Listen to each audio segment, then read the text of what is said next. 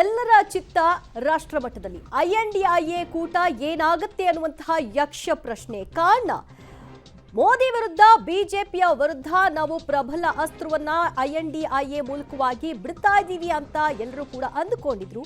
ಈಗ ಆರಂಭದಲ್ಲೇ ದೊಡ್ಡ ಮಟ್ಟಿಗಿನ ಹೊಡೆತವನ್ನ ಅನುಭವಿಸ್ತಾ ಇದ್ದಾರೆ. ಕಾರಣ TMC ನಾಯಕಿ ಮಮತಾ ಬ್ಯಾನರ್ಜಿ ಅವರು ಸ್ಪಷ್ಟಪಡಿಸಿದ್ದಾರೆ, ನಾವು ರಾಜ್ಯ ಮಟ್ಟದಲ್ಲಿ ಯಾವುದೇ ಹೊಂದಾಣಿಕೆಯನ್ನ ಮಾಡಿಕೊಳ್ಳಲ್ಲ ಅಂತ.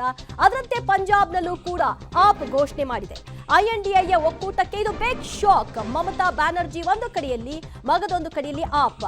ಕಾಂಗ್ರೆಸ್ ಜೊತೆ ಕಿರಿಕ್. ಬಂಗಾಳದಲ್ಲಿ ಸೀಟ್ ಶೇರಿಂಗ್ ವಿಚಾರದಲ್ಲಿ ಕಾಂಗ್ರೆಸ್ ಪ್ರತಿಷ್ಠೆಯೇ ಈಗ ಅವರಿಗೆ ಮುಳುವಾಗುತ್ತಾ ಅನ್ನುವಂತಹ ಪ್ರಶ್ನೆ ಮೂಡ್ತಾ ಇದೆ. ಕಾಂಗ್ರೆಸ್ ನಾಯಕರದ್ದು ಗೆಲ್ಲುವ ವಿಶ್ವಾಸವೋ ಅಥವಾ ಪ್ರತಿಷ್ಠೆಯ ಹಠವೋ? ಚುನಾವಣೆ ಹತ್ತಿರ ಬರ್ತಿದ್ದಂತೆ ಹೋಳಾಗ್ತಾ ಇದೆಯಾ ವಿಪಕ್ಷ ಕೂಟ ಅನ್ನುವಂತಹ ಪ್ರಶ್ನೆ ಇದೀಗ ಮನೆ ಮಾಡ್ತಾ ಇದೆ.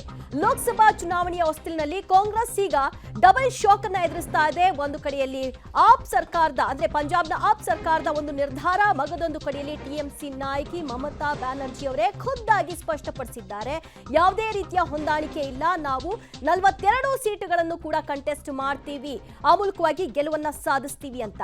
ಜೊತೆಗೆ 10-12 ಸೀಟುಗಳನ್ನ ಕೇಳ್ತಾ ಇದ್ದಾರೆ. ಇದು ಸಾಧ್ಯವೇ ಇಲ್ಲ ಅಂತ ಸ್ಪಷ್ಟಪಡಿಸಿದ್ದಾರೆ. ಕಾಂಗ್ರೆಸ್ಗೆ TMC ಬಳಿಕ ಆಪ್ ಕೂಡ ಒಂದು ಶಾಕ್ ಅನ್ನ ಕೊಟ್ಟಿದೆ, ಅದು ಪಂಜಾಬ್ನ ವಿಚಾರದಲ್ಲಿ. ಪಂಜಾಬ್ನಲ್ಲೂ ಕೂಡ ಈಗ ಕಾಂಗ್ರೆಸ್ಗೆ ಕೈ ಕೊಟ್ಟಿದೆ ಆಪ್. ಪಂಜಾಬ್ನಲ್ಲಿ ಸ್ವತಂತ್ರ ಸ್ಪರ್ಧೆಗೆ ಆಪ್ ನಿರ್ಧಾರವನ್ನ ಪ್ರಕಟ ಮಾಡಿದೆ. ಅತ್ತ ಮೈತ್ರಿಕೂಟದಿಂದ ಒಂದು ಕಾಲು ನಿತೀಶ್ ಹೊರಗಿಟ್ಟಿದ್ದಾರೆ.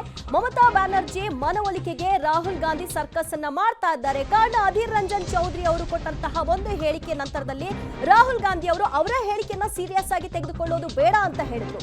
ಯಾವ ಒಂದು ರಾಷ್ಟ್ರೀಯ ನಾಯಕನ ಒಂದು ಹೇಳಿಕೆಯನ್ನೇ ಸೀರಿಯಸ್ ಆಗಿ ತೆಗೆದುಕೊಳ್ಳೋದು ಬೇಡ ಅಂತ ಹೇಳಿದ್ರು. ಅಧೀರ್ ರಂಜನ್ ಚೌಧರಿ ಮಾತಿಗೆ ಬೆಲೆ ಇಲ್ವಾ ಅನ್ನೋ ಪ್ರಶ್ನೆ ಮೂಡ್ತು. ಅದರ ಬೆನ್ನಲ್ಲೇ ಮಮತಾ ಬ್ಯಾನರ್ಜಿ ಅವರ ಈ ಹೇಳಿಕೆ.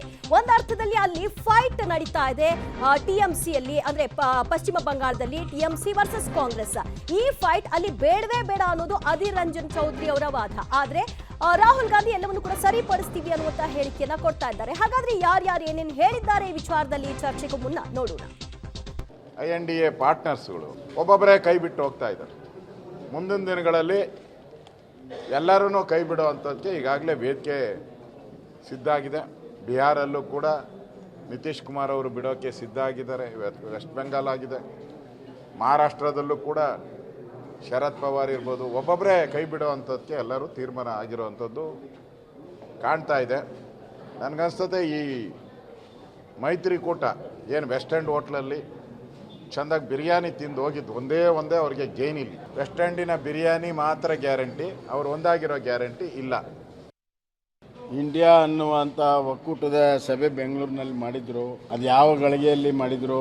ಈಗಾಗಲೇ ಮಮತಾ ಬ್ಯಾನರ್ಜಿ ಅವರು ಒಡೆದು ಹೊರಗಡೆ ಹೋಗಿದ್ದಾರೆ. ಮುಂಬರುವಂತಹ ದಿನಗಳಲ್ಲಿ ಅಖಿಲೇಶ್ ಯಾದವ್ ಹೋಗ್ತಾರೆ ಮತ್ತು ಕೇಜ್ರಿವಾಲ್ ಹೋಗ್ತಾರೆ. ಕೊನೆಯದಾಗಿ ಶರದ್ ಪವಾರ್ ಕೂಡ ಆಚೆ ಬರ್ತಾರೆ. ಆಗೋದೇ ಅಷ್ಟು. ನಿತೀಶ್ ಕುಮಾರ್ಗೆ ಆಗಲೇ ಒಂದು ಕಾಲ ಹೊರಗಡೆನೇ ಇದೆ.